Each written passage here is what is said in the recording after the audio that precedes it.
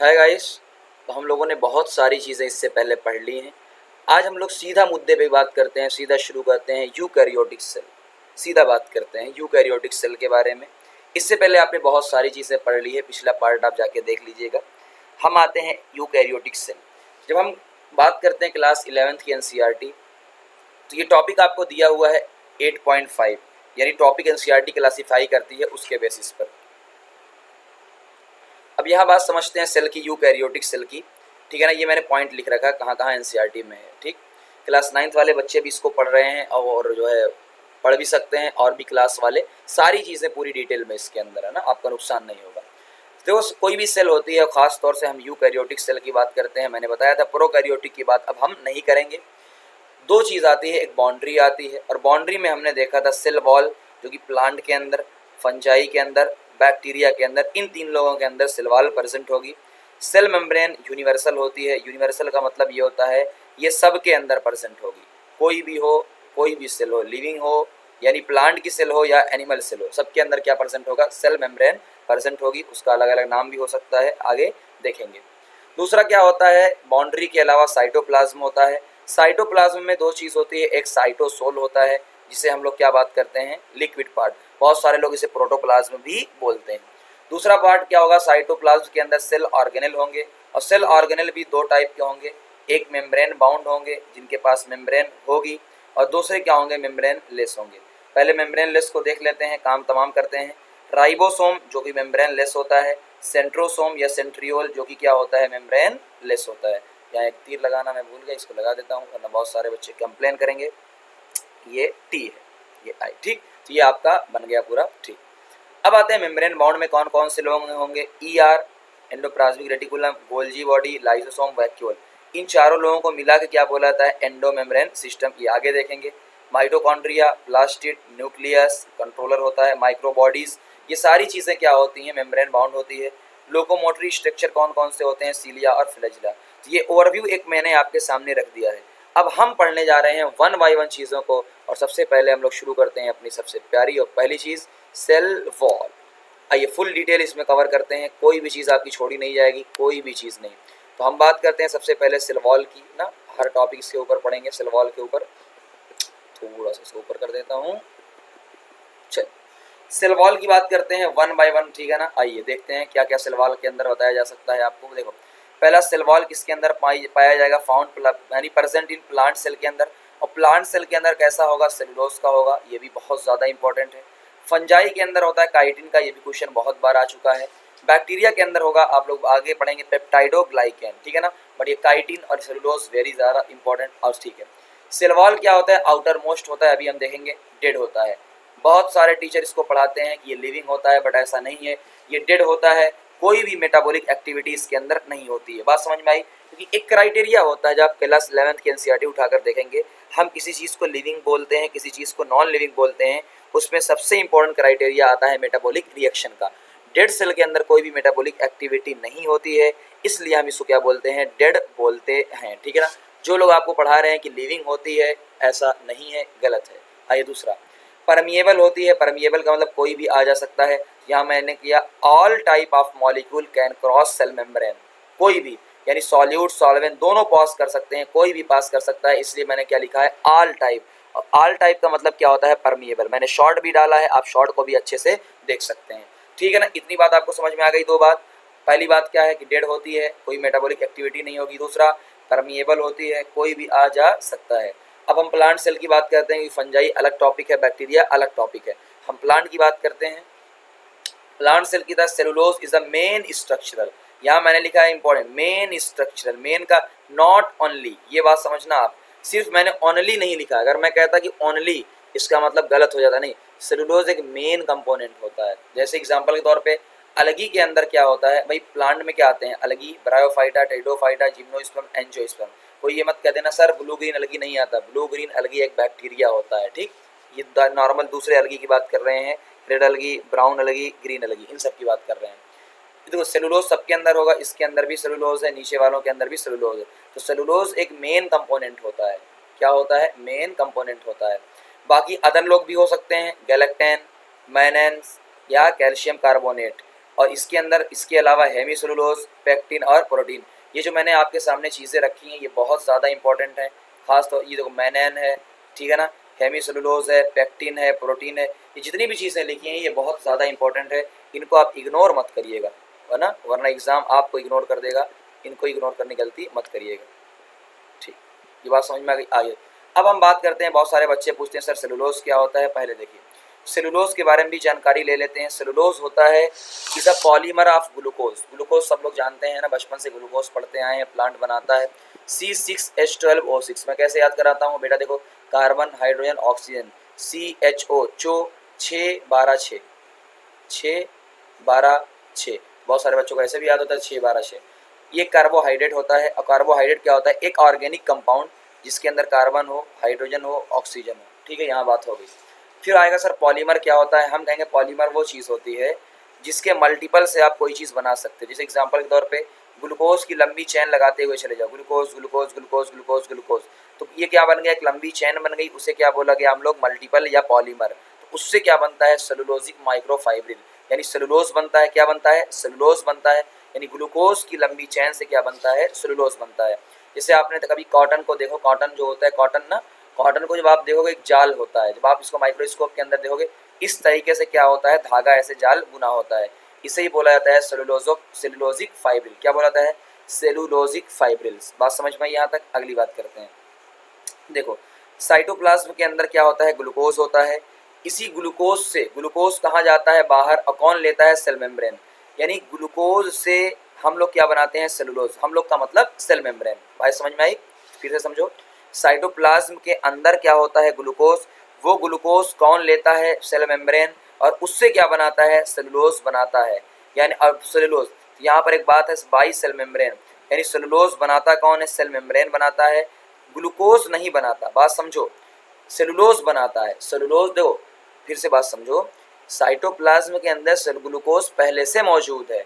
कोई कहेगा सर पहले से कैसे मौजूद है, क्योंकि उसने फोटोसिंथेसिस किया होगा, उसके अंदर पहले से मौजूद है। इस ग्लूकोज को लेता कौन है, सेल मेम्ब्रेन, और सेल मेम्ब्रेन क्या बनाता है, ग्लूकोज नहीं बनाता, सेलुलोज बनाता है। फिर से बात समझो ना, कि भाई जो सेल मेम्ब्रेन होती है ग्लूकोज को लेकर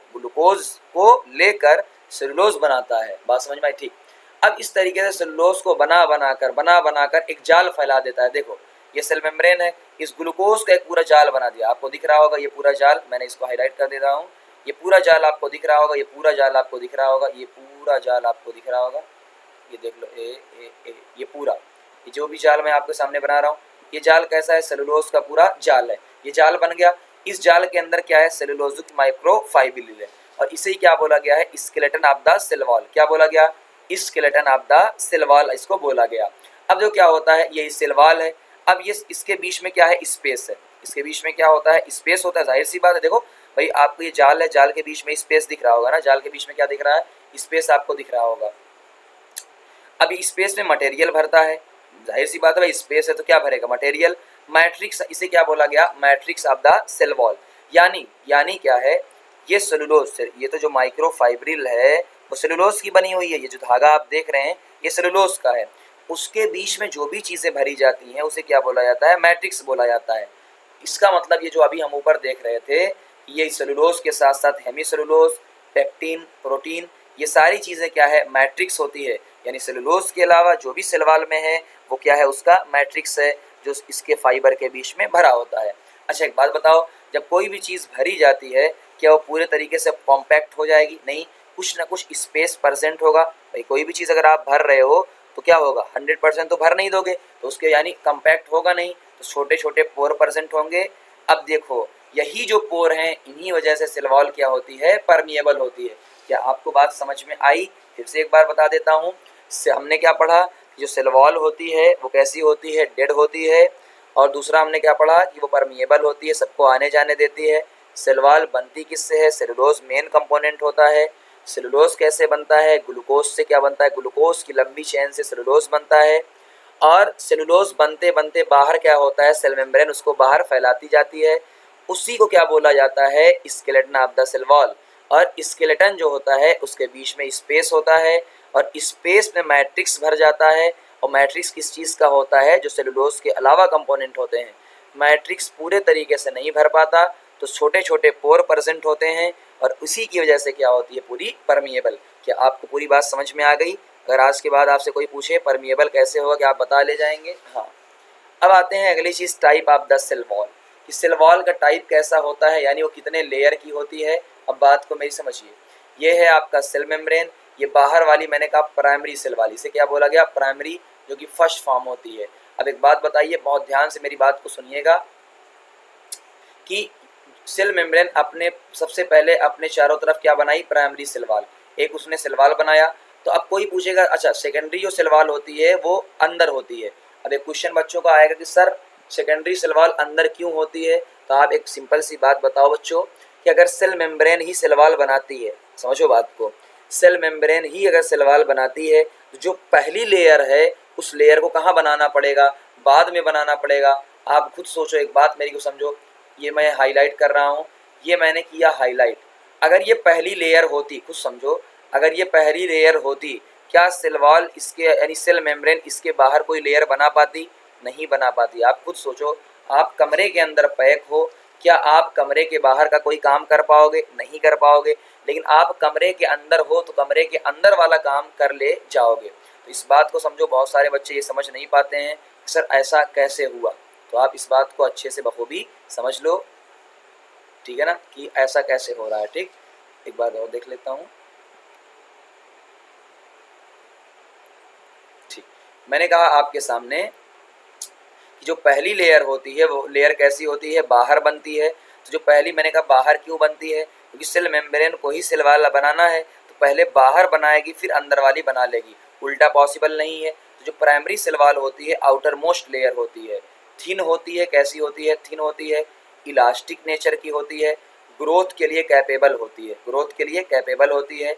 diminish as cell wall mature, जब सेल वाल मैच्योर हो जाती है, अब उस बाहर वाले सेल का कोई काम है नहीं, तो धीरे धीरे क्या हो जाती है, डिस्ट्रॉय होने लगती है। बात समझ में आ गई? ठीक है। इसमें सेलुलोजिक जो माइक्रोफाइब्रिल होते हैं लूजली अरेंज होते हैं। अब कुछ सोचो, अगर लूजली अरेंज होंगे इसका मतलब दूर दूर होंगे, तो गैप ज़्यादा होगा, तो मैट्रिक्स भी क्या होगा, ज़्यादा होगा। कोई कहेगा ऐसा क्यों होता है? इधर देखिए, जो आपने बताया थिन होती है, इलास्टिक होती है। मान लो एक छोटी सेल है, उस सेल को बड़ा होना है, उस सेल को बड़ा होना है, इसका मतलब क्या होगा, कि सेल वाल भी बड़ी होगी। तो सेल वाल बड़ी कब हो पाएगी? जब वो इलास्टिक नेचर की होगी। इलास्टिक नेचर का मतलब जो फैल सकती है। अगर सेल फैल ही नहीं पाएगी, क्या अपने आप को बड़ा कर पाएगी? नहीं कर पाएगी। बात समझ में आई? और इसलिए इलास्टिक होती है और कैपेबल ऑफ द ग्रोथ होती है। इतनी बात आपको समझ में आ गई होगी। सेकेंडरी सेल वाल की बात करते हैं, वो इनर साइड होती है। प्राइमरी ये सबसे इम्पोर्टेंट है कि वो अंदर होती है, टुवर्ड द सेल मेम्ब्रेन। किस तरफ होती है? सेल मेम्ब्रेन की तरफ होती है। देख लो, सेल मेम्ब्रेन के ज़्यादा पास में कौन सी है? सेल मेम्ब्रेन के ज़्यादा पास में सेकेंडरी सेल वॉल है। बात समझ में आई? प्राइमरी बाहर होती है, उसके अंदर क्या होती है? सेकेंडरी होती है। ये बात आपको समझ में आ गई होगी। एनसीईआरटी ये लिखती है, इसलिए मैंने हाईलाइट कर दिया। ये थिक होती है और रिजिड होती है, कठोर होती है। फॉर्मेशन एट मेच्योरिटी, एट समझना, मैं एक एग्जांपल के तौर पे कह रहा हूँ कि जब आपके मोछ आती है, मोछ जब आप जवान होते हो, मेच्योर होते हो, मोछ मेच्योरिटी के दौरान आती है या बाद में आती है? सब कहेंगे सर मेच्योरिटी के दौरान आती है। तो वही चीज़ मैं कह रहा हूँ कि जो सेकेंडरी सेल वॉल है वो मेच्योरिटी के दौरान आती है, यानी एट। तो एब्सेंट इन, अब ये बहुत इंपॉर्टेंट है, absent in meristematic cell. Meristematic cell क्या होती है? इमेच्योर होती है, ठीक है ना, ये वो डिवाइड हो रही होगी। भाई मेच्योरिटी का मतलब क्या होता है कि अभी सेल क्या हो चुकी है, पूरे तरीके से अब डिवाइड होना बंद हो चुकी है, जवान हो चुकी है, मैच्योर हो चुकी है। तो अगर कोई भी सेल अभी डिवाइड हो रही है, इसका मतलब वो इमेच्योर है, और अगर कोई इमेच्योर होगा तो उसके अंदर सेकेंडरी सेल वाल पाई नहीं जाएगी। बात समझ में आई? दूसरा, सेलुलोजिक माइक्रोफाइब्रिक कॉम्पैक्टली अरेंज होते हैं, यानी इसमें ज़्यादा सेलुलोज होंगे, ठीक है ना। अब यहाँ लिखा है जो डिवाइड होगा वो मैच्योर नहीं होगा, सही बात है, और जो मैच्योर होगा वो डिवाइड नहीं होगा। बात समझ में आई? आगे देखते हैं। ये छोटी छोटी चीज़ें हैं जो हर चीज़ मैंने आपको बताई है, थोड़ा सा देख लेते हैं आगे। जैसे एग्जांपल के तौर पे मैं आपसे बताऊं कि प्राइमरी इनटू सेकेंडरी कैसे क्या क्या होता है। मैं आपसे ये कह रहा हूँ, मान लो कोई सेल डिवीज़न हो रहा है, बात समझो मेरी। मैंने आपसे कहा कि कोई सेल डिवीज़न हो रहा है। सेल डिवीज़न में क्या होता है? सेल छोटी हो जाती है अब अगर किसी छोटी सेल को इलांगेट होना, भाई छोटी सेल जो है बड़ी होना चाहेगी, तो छोटी सेल अपने आप को क्या करना चाहेगी, इलांगेट करना चाहेगी, बड़ी करना चाहेगी, अपनी माँ सेल जैसी करनी चाहेगी, तो प्राइमरी वाल उसके अंदर नहीं होगी। अब बात यानी अगर इफ जो है, यानी समझो इफ, तो प्राइमरी वाल, इसका मतलब समझो बात को अगर यानी इसके अंदर क्या होनी चाहिए, प्राइमरी वाल होनी चाहिए। अगर सेकेंडरी वॉल होगी तो ये इलांगेट नहीं हो पाएगी क्योंकि वो रिजिड होती है, तो मैच्योर नहीं, जब मैच्योर होगी तो सेकेंडरी सेल वॉल उसके अंदर नहीं होगी। या सबसे सिंपल तरीका बताऊं, देखो सेल वॉल अगर उसको इलांगेट होना है यानी अपनी साइज को इंक्रीज करना है, तो साइज के इंक्रीज करने में कौन हेल्प करता है, कौन साइज इंक्रीज करता है, तो हम ये कहेंगे उसके अंदर प्राइमरी यानी वॉल होगी क्योंकि वो इलांगेट करती है, इलास्टिक नेचर की होती है। बात समझ में आई? ठीक। अब जो भी दोनों सेल वॉल होते हैं, both cell wall, composition same होता है। बात समझो, चाहे प्राइमरी हो चाहे सेकेंडरी हो, दोनों के अंदर क्या होता है, सेलुलोज होता है, बट अमाउंट डिफरेंट है। सेकेंडरी में क्या होता है, ज़्यादा। तो अगर आपसे बोले कंपोजिशन, तो हम कहेंगे कंपोजिशन मतलब सेम है, दोनों सेलुलोज के परसेंट होते हैं। कुछ लोग कहेंगे सर क्या प्राइमरी इंटू सेकेंडरी है, हम कहेंगे नहीं, प्राइमरी इंटू सेकेंडरी नहीं है, प्राइमरी के अंदर सेकेंडरी है। बात समझ भाई, प्राइमरी इंटू सेकेंडरी नहीं है, प्राइमरी के अंदर क्या है, इनसाइड क्या है, सेकेंडरी, ये बात समझो। फिर कुछ लोग कहेंगे sir primary cell wall destroy क्यों हो जाती है, उसका भी रीज़न बता दीजिए। तो मैं एक सिंपल सा आपको एग्जांपल दूंगा। एग्जांपल क्या दूंगा, मान लो आप एक नदी के किनारे रह रहे हो, इससे आपको समझ में आ जाएगा। मान लो आप एक नदी के, देखो ये नदी है, नदी के किनारे आप रह रहे हो, कपड़े का तंबू का मकान लगा के रह रहे हो, कपड़े का मकान लगा के रह रहे हो। बात समझ भाई, कपड़े का मकान लगा के रह रहे हो, बहुत ध्यान से बात को समझना। एक नदी है जिससे किनारे आपने घर बनाया है, तंबू वाला घर, जो कपड़ा टेंट लगाया है, यानी कपड़े का आपने टेंट लगाया है। बहुत आंधी आती है, तूफान आता है, बहुत यहाँ पर यानी उड़ने का खतरा होता है।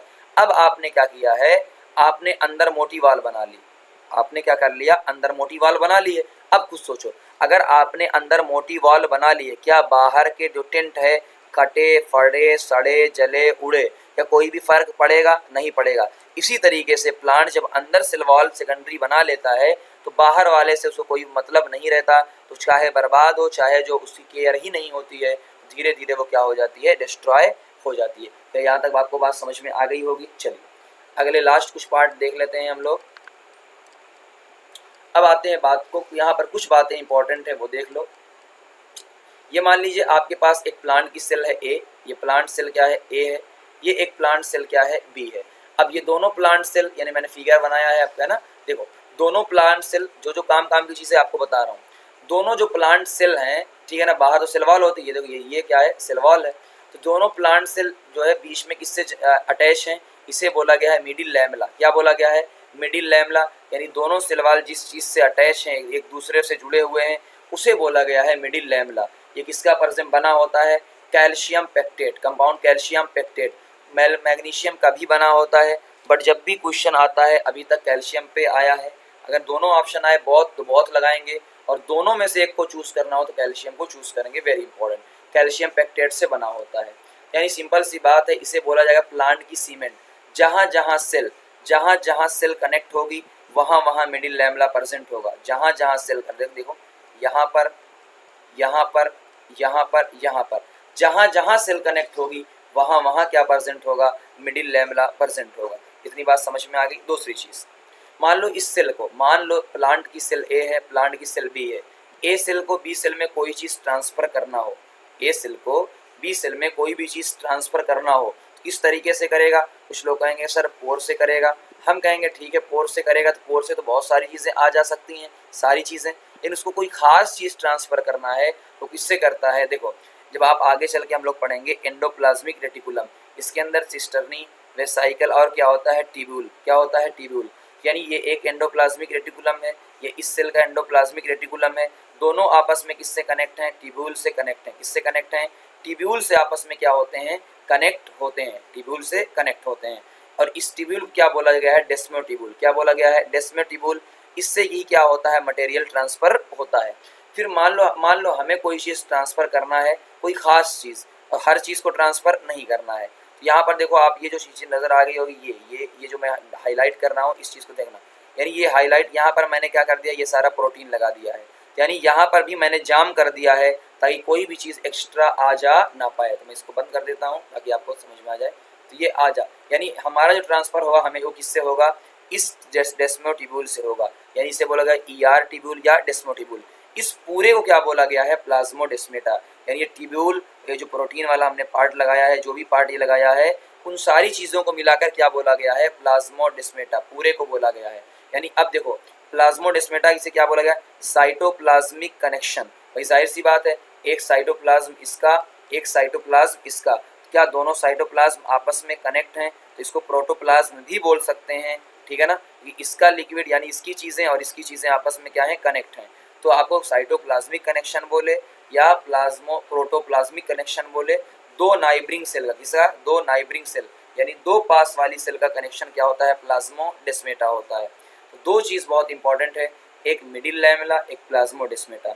मिडिल लैमेला भी प्लांट के अंदर होता है, प्लाज्मोडेस्मेटा भी प्लांट के अंदर होता है। तो मल्टी सेलुलर प्लांट का ये फीचर होता है, प्लाज्मोडेस्मेटा और मिडिल लैमेला। बात समझ में आई।